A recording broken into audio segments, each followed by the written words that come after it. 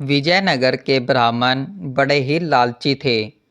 वे हर समय राजा कृष्णदेव राय से धन और भेंट प्राप्त करने के नए नए उपाय खोजते रहते थे।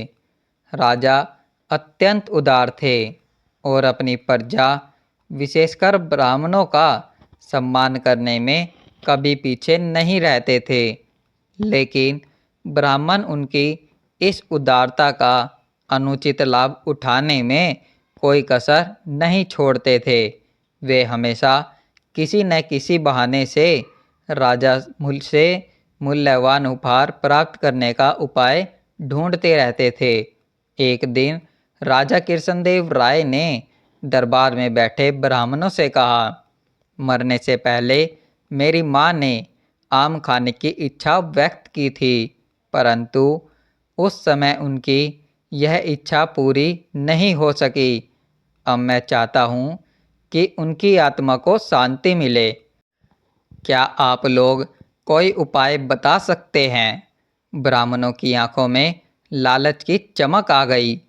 उन्होंने तुरंत उत्तर दिया, महाराज, यदि आप 108 ब्राह्मणों को सोने का एक एक आम भेंट कर दे तो आपकी माता की आत्मा को परम शांति प्राप्त होगी। ब्राह्मणों को दिया गया दान सीधा मर्त आत्मा तक पहुंच जाता है और उन्हें मुक्ति प्रदान करता है। राजा कृष्णदेव राय ने ब्राह्मणों की बात पर विश्वास कर लिया और उन्होंने आदेश दे दिया कि राज्य के कोष से सोने के 108 आम तैयार किया जाए और उन सभी ब्राह्मणों को दान कर दिया जाए। ब्राह्मणों की तो जैसे चांदी हो गई।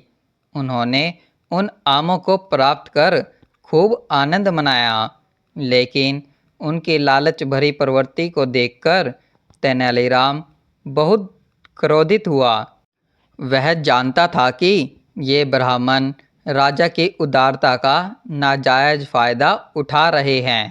उसने तय किया कि वह उन्हें ऐसा सबक सिखाएगा जिसे वे जीवन भर याद रखेंगे। कुछ महीनों बाद तेनालीराम की माँ का देहांत हो गया। 1 महीने के बाद उसने दरबार में आकर घोषणा की कि वह अपनी माँ की आत्मा की शांति के लिए विशेष धार्मिक अनुष्ठान करना चाहता है और इसके लिए उसने राज्य के सबसे प्रतिष्ठित 108 ब्राह्मणों को आमंत्रित किया है। ब्राह्मणों को लगा कि तेनालीराम भी राजा की तरह उन्हें कोई बहुमूल्य भेंट देगा, इसीलिए वे सभी बिना संकोच किए तेनालीराम के घर पहुंच गए।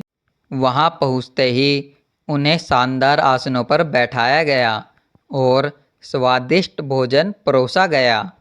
उन्हें पूरा विश्वास था कि अंत में उन्हें भी कोई अनमोल भेंट मिलने वाली है। जब सभी ब्राह्मण संतुष्ट होकर भोजन कर चुके तो तेनालीराम खड़ा हुआ और जोर से बोला, अब मेरी माँ की अंतिम इच्छा पूरी करने का समय आ गया है। ब्राह्मणों ने उत्सुकता से पूछा, कौन सी इच्छा?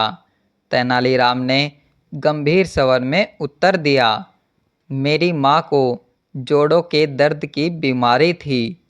मरते समय उन्होंने इच्छा व्यक्त की थी कि उनके शरीर के उन स्थानों पर गर्म लोहे की सलाखों से दाग दिया जाए जहां उन्हें सबसे अधिक दर्द होता था, लेकिन दुर्भाग्यवश उनकी यह अंतिम इच्छा पूरी नहीं हो सकी। अब यदि ब्राह्मणों को दी गई भेंट मर्तात्मा तक पहुंच सकती है तो गर्म सलाखों का यह उपचार भी अवश्य मेरी माँ की आत्मा तक पहुँचेगा। इसीलिए अब मैं आप सभी के शरीर पर गर्म लोहे की सलाखों से वही क्रिया दोहराने जा रहा हूँ ताकि मेरी माँ को पूर्ण शांति मिल सके। यह सुनते ही ब्राह्मणों के होश उड़ गए। उन्होंने इधर उधर भागने की कोशिश की, लेकिन तेनालीराम के नौकरों ने दरवाजे बंद कर दिए थे। ब्राह्मण चिल्लाने लगे, यह अन्याय है, हमें जाने दो। लेकिन तेनालीराम अडिग रहा। उसने नौकरों को आदेश दिया कि वे गर्म लोहे की सलाखें लेकर आएं और ब्राह्मणों पर प्रयोग करें। डर और घबराहट से कांपते ब्राह्मणों ने राजा तक इस बात की शिकायत पहुंचाई। राजा कृष्णदेव राय स्वयं तेनालीराम के घर आए और गुस्से से बोले, तेनालीराम, यह तुम क्या कर रहे हो? तेनालीराम ने शांत स्वर में उत्तर दिया, महाराज, जब आपकी माता की आत्मा को सोने के आम दान करने से शांति मिल सकती है, तो मेरी माँ की आत्मा को उनकी अंतिम इच्छा पूरी करने से क्यों नहीं मिल सकती?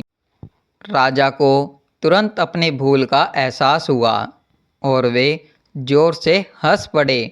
उन्होंने ब्राह्मणों की ओर देखा, जो शर्म से सिर झुकाए खड़े थे। राजा समझ गए कि ब्राह्मण केवल लालच के कारण उनसे धन ऐंठ रहे थे। उन्होंने आदेश दिया कि भविष्य में किसी भी ब्राह्मण को बिना ठोस कारण के कोई दान नहीं दिया जाएगा। ब्राह्मणों को अपनी गलती का एहसास हो चुका था, लेकिन अब बहुत देर हो चुकी थी। उन्होंने सिर झुका लिया और वहाँ से चुपचाप चले गए। इस तरह तेनालीराम की बुद्धिमानी ने न केवल राजा की आंखें खोल दी, बल्कि लालची ब्राह्मणों को भी ऐसा सबक सिखाया जो वे कभी भूल नहीं सकते थे। दोस्तों, अगर वीडियो पसंद आया हो तो वीडियो को लाइक करें, अपने दोस्तों और परिवार के साथ शेयर करें। ऐसी ही कहानियों के लिए चैनल को सब्सक्राइब करें। आपका प्यार और सपोर्ट हमारे लिए बहुत मायने रखता है। वीडियो देखने के लिए धन्यवाद दोस्तों।